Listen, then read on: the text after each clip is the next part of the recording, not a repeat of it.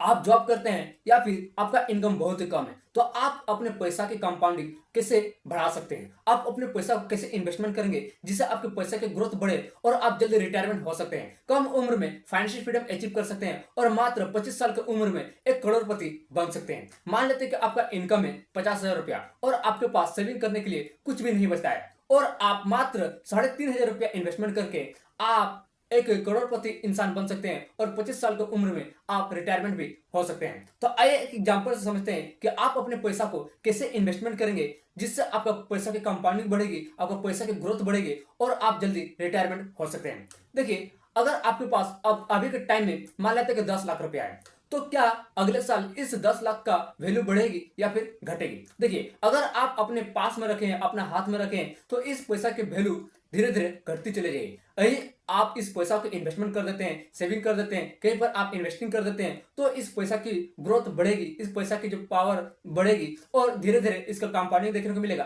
और आपका इन्वेस्टिंग का जो है वो अच्छा खासा रिटर्न लॉन्ग टर्म में देखने को मिलेगी। इसलिए अगर आपके पास पैसा है तो आप सेविंग कीजिए, इन्वेस्टिंग कीजिए, अपने पैसे को काम में लगाइए, तभी आप जल्दी अपने पैसे का पावर देखने को मिलेगा, आपको पैसे की कंपाउंडिंग बढ़ेगी और आप जल्दी रिटायरमेंट हो सकते हैं। यहाँ पर एक एग्जाम्पल समझते हैं कि अगर आपका मंथली इनकम मात्र 50,000 रुपया है और आप टोटल खर्चा कर देते हैं और सेविंग के लिए मात्र आप अगर 3,500 रुपया भी इन्वेस्टमेंट करते हैं तो आपको 25 साल की उम्र में 1 से 1.5 करोड़ तक रिटर्न मिल सकती है। चलिए एक एग्जांपल से यहाँ पर समझते हैं कि अगर आप एसआईपी में इन्वेस्टमेंट करते हैं, सिस्टमेटिक इन्वेस्टमेंट प्लान, इन्वेस्टमेंट करने के ऐसे बहुत सारे तरीका है जैसे mutual fund, SIP, lump sum, SWP, आप रियल एस्टेट में इन्वेस्टमेंट कर सकते हैं, आप गोल्ड में इन्वेस्टमेंट कर सकते हैं, आप स्टॉक खरीद सकते हैं, शेयर खरीद सकते हैं, आप प्रॉपर्टी खरीद सकते हैं। ऐसे इन्वेस्टमेंट करने का बहुत सारे तरीका है। आप पीपीएफ करा सकते हैं, एफडी करा सकते हैं, आप आरडी करा सकते हैं, आप ईपीएफ करा सकते हैं। ऐसे इन्वेस्टमेंट करने के बहुत सारे तरीका है। तो अगर आप ऐसे जगह पर इन्वेस्टमेंट करते हैं जिसका एनुअल इंटरेस्ट अच्छा देखने को मिले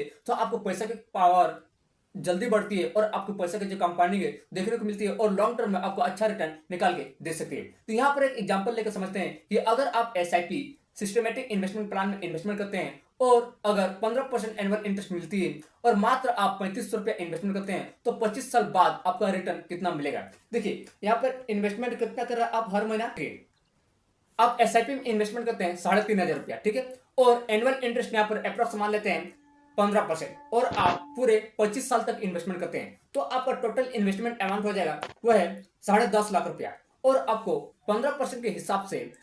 25 साल बाद रिटर्न मिलेगा वह है 85,97,963 रुपया और 25 साल बाद आपका टोटल वैल्यू बन के हो जाएगा 96,47,963 रुपया, लगभग 1 करोड़ के आसपास। देखिए, आप हर महीना 3500 रुपया इन्वेस्टमेंट कर रहे थे और एनुअल इंटरेस्ट यहाँ पर अप्रोक्स 15% मार लेते हैं और टोटल इन्वेस्टमेंट आप टाइम रखें 25 साल तक, आपका इन्वेस्टमेंट अमाउंट हो गया टोटल वह है 10.5 लाख रुपया और आपका एनुअल इंटरेस्ट रिटर्न मिला 15% के हिसाब से 85,97,963 रुपया और टोटल वैल्यू बनकर हो गया आपका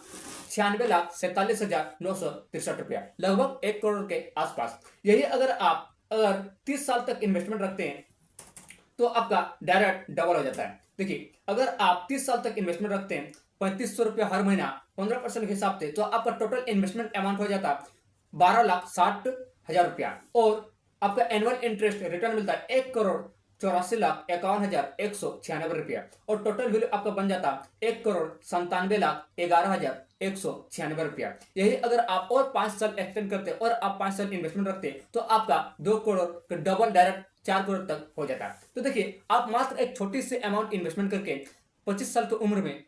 अच्छा से 1 करोड़पति बन सकते हैं और जल्दी फाइनेंशियल फ्रीडम अचीव कर सकते हैं। आपका टोटल इन्वेस्टमेंट अमाउंट हो जाएगा कितना? 10.5 लाख रुपया। यही मान लेते हैं कि आप रिटायर हुए हैं या फिर आपके पास एक बड़ी अमाउंट है, अगर आप लमसम में इन्वेस्टमेंट कर देते हैं तो आपका पैसा की जो वैल्यू है वो बहुत तेजी से देखने को मिलती है और लॉन्ग टर्म में आपका अच्छा रिटर्न देखने को मिल सकती है। मान लेते हैं कि अगर आप लमसम में 10.5 लाख रुपया इन्वेस्टमेंट करते हैं, एनुअल इंटरेस्ट यहाँ पर भी 15% मान के चलते हैं और पूरे 25 साल तक आप इन्वेस्टमेंट रखते हैं तो आपका टोटल इन्वेस्टमेंट अमाउंट हो जाएगा वह 10.5 लाख रुपया और 15% के हिसाब से आपका रिटर्न मिलेगा 3,35,14,900 रुपया और टोटल वैल्यू 3,45,64,900 रुपया। यानी कि आप वन टाइम इन्वेस्टमेंट किए 10.5 लाख रुपया और 15% के हिसाब से आपका एनुअल इंटरेस्ट मिलती है और 25 साल तक आप इन्वेस्टमेंट रखें तो टोटल इन्वेस्टमेंट अमाउंट हो गया आपका 10.5 लाख रुपया और एनुअल इंटरेस्ट 10.5 लाख का 15% के हिसाब से 25 साल में रिटर्न मिला वह है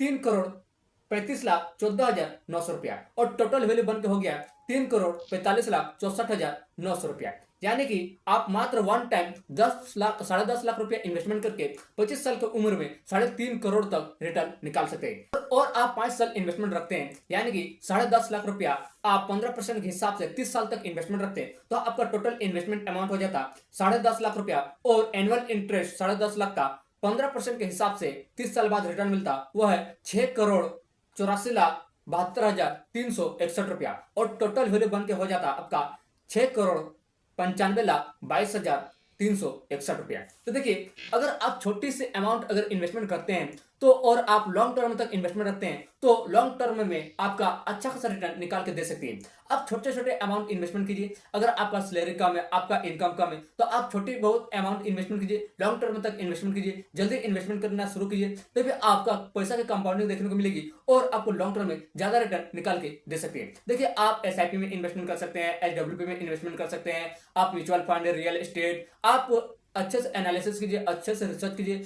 अच्छे से जानकारी प्राप्त करने के बाद आप इन्वेस्टमेंट कीजिए क्योंकि कहीं भी इन्वेस्टमेंट करना अगर आपका नॉलेज नहीं है, आपकी जानकारी नहीं है तो आपका पैसा में ज्यादा रिस्क हो सकती है। इसलिए कहीं भी आप इन्वेस्टमेंट करने जा रहे हैं तो अच्छे से एनालिसिस कीजिए, अच्छे से रिसर्च कीजिए, उसके बाद इन्वेस्टमेंट कीजिए, नहीं तो आपका पैसा लॉस भी हो सकती है। आई होप वीडियो अच्छी लगी हो तो एक लाइक और चैनल को सब्सक्राइब करना ना भूले। फिर मिलते हैं एक नेक्स्ट वीडियो में। Thank you.